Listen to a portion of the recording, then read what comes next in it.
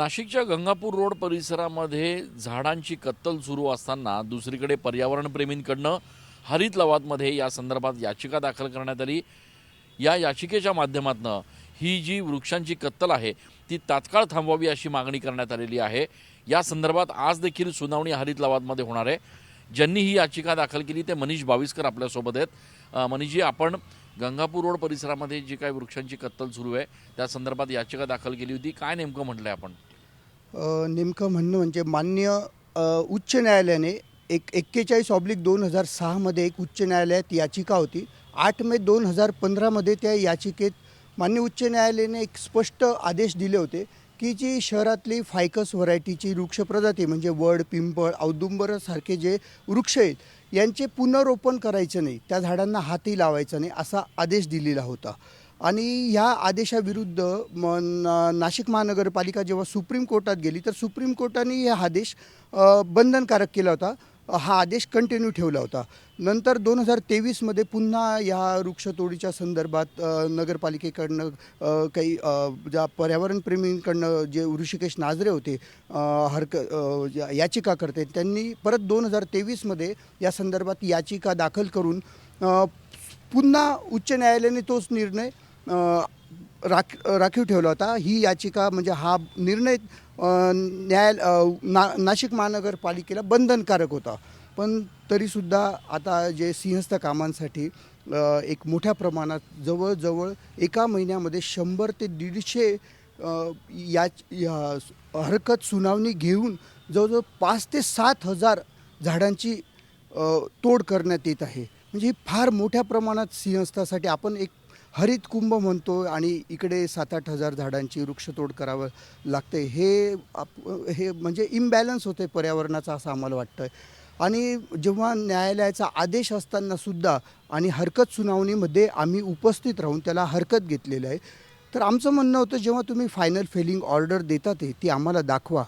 जे 1975च्या वृक्ष संवर्धन संरक्षण कायद्याचे जे नियम आहे त्यांचे पालन करत वृक्षतोड करा। पण दुसरीकडे काल आपण असं बघितलं की काही जे स्थानिक नागरिक आहेत त्या भागात राहणारे त्यांचं म्हणणं असं आहे की जे वृक्ष मधोमध आहेत रस्त्यांच्या ते तरी तोडण्याची कारवाई करावी, कारण त्या ठिकाणी मोठ्या प्रमाणात अपघात होत आहेत। नक्कीच ते वृक्ष ज्या अपघातास कारणीभूत वृक्ष हे नक्कीच काढले पाहिजे।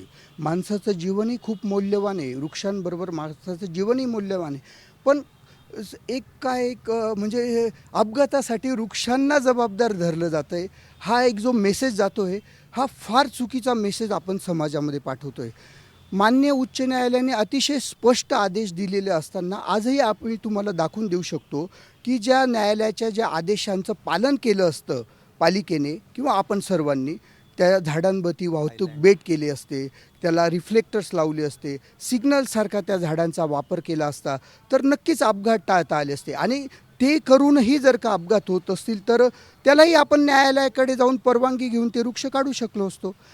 मुद्दा असा आहे की न्यायालयाच्या आदेशांचं पालन करून एक सर्वांना सोबत घेऊन जेव्हा आम्ही हरकत घेतोय, सुनावणी घेतोय, तुमच्या बरोबर चर्चेला आम्ही तयार आहे। आम्ही त्याच्यासाठी आमचा काही हट्ट नाही की खूपच लोक त्याच्यावर काही ॲक्सिडेंट होत असेल ते काढले जावे। आज जे 400 वर्षांचं काल जे वृक्ष काढण्यात आलं ते तोडण्यात आलं म्हणजे त्याचा खून करण्यात आला, ते बिलकुल साईडला झाड होतं।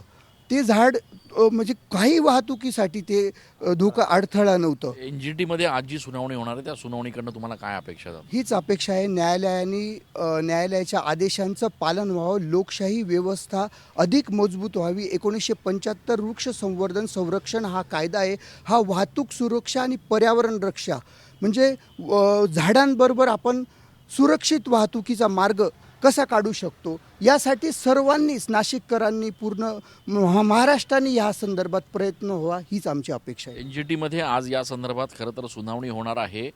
गंगापूर रोड परिसरामध्ये जे काही वृक्ष आहेत जे तोडले जात आहेत त्याच्या विरोधातला संपूर्ण प्रकार जो आहे तो उघड झाल्यानंतर NGT मध्ये आज नेमकी काय सुनावणी होते, NGT आज काय निर्णय देते याकडे संपूर्ण राष्ट्राचं आणि राज्याचं आणि नाशिककरांचं देखील लक्ष लागलेलं आहे। कॅमेरा पर्सन आकाश येवलेसह मी चंदन पूजाधिकारी, TV9 मराठी।